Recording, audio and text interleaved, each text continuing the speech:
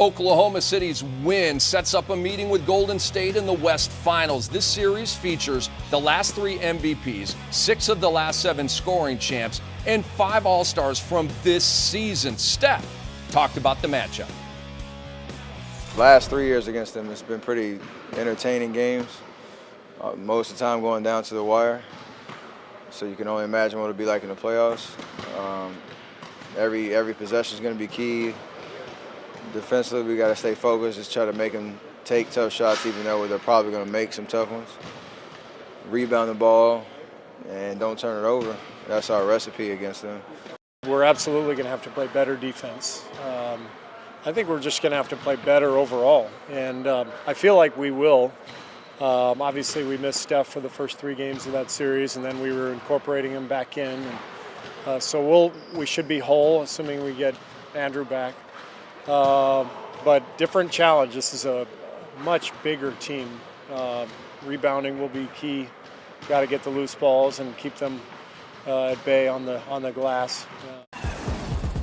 The Warriors are in the conference finals for the 2nd straight year, for the first time since the Rick Barry days of 75 and 76. Meanwhile, OKC is in the conference finals for the 4th time in 6 seasons, thanks to the dynamic duo of KD and Russ.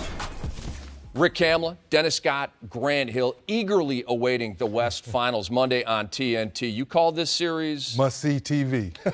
And Grant, do you expect Stephen Curry and Russell Westbrook to go toe-to-toe for 2 weeks, or do you look for cross-matching? Cross-matching all the way. I mean, I could see at times maybe Westbrook at times in the game guarding Curry, maybe down the stretch in moments.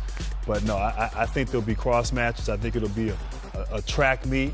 You know, you might have Klay Thompson guarding Westbrook, and then conversely, Westbrook guarding him on the other end, putting Roberson or some more length on Curry. So yeah, I mean, it'd be great to see two of the best point guards in the game going head to head, but I don't anticipate seeing that too much. Yeah, I agree with you, Grant. It's going to be a cross matchup. That's why, to Steve Kerr's point, the defense has to be superb, because now the communication in transition is going to be key. Because we know if you miss one of the Splash Brothers in transition, that's a 3. You know Draymond Green's going to be trailing if you're not communicating. That's a 3.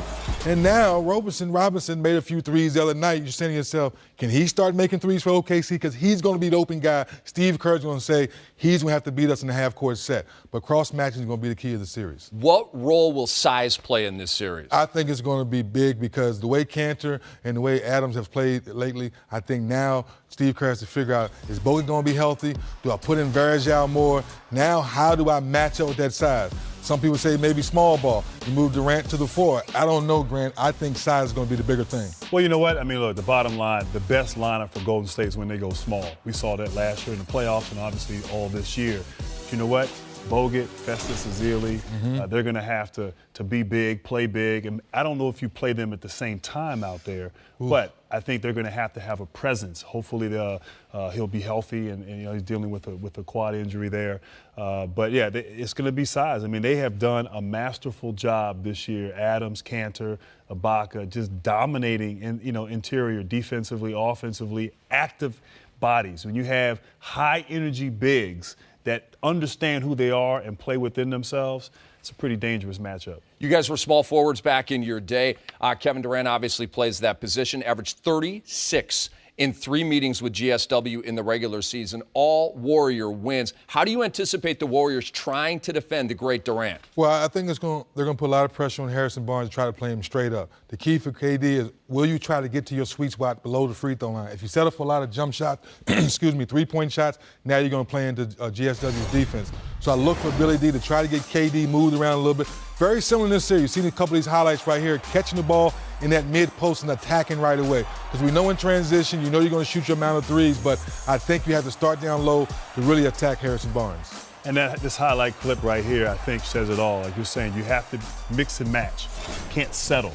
You know, I think Golden State will play him straight up. They may throw some bodies at him here and there, but I think you can't settle. You got to get to the paint, get to the free throw line, pull-up game. You got to reach deep into the bag of tricks and bring it all out there. And keep their defense off balance, because if you take long shots and they get the rebounds, they're off in transition, and you're not getting to the line, you're not putting them in foul trouble. So it's important for KD to be aggressive, putting the ball on the floor and getting to the paint. I love that both teams are super, super hungry. It's going to be fascinating. Masterpiece Theater.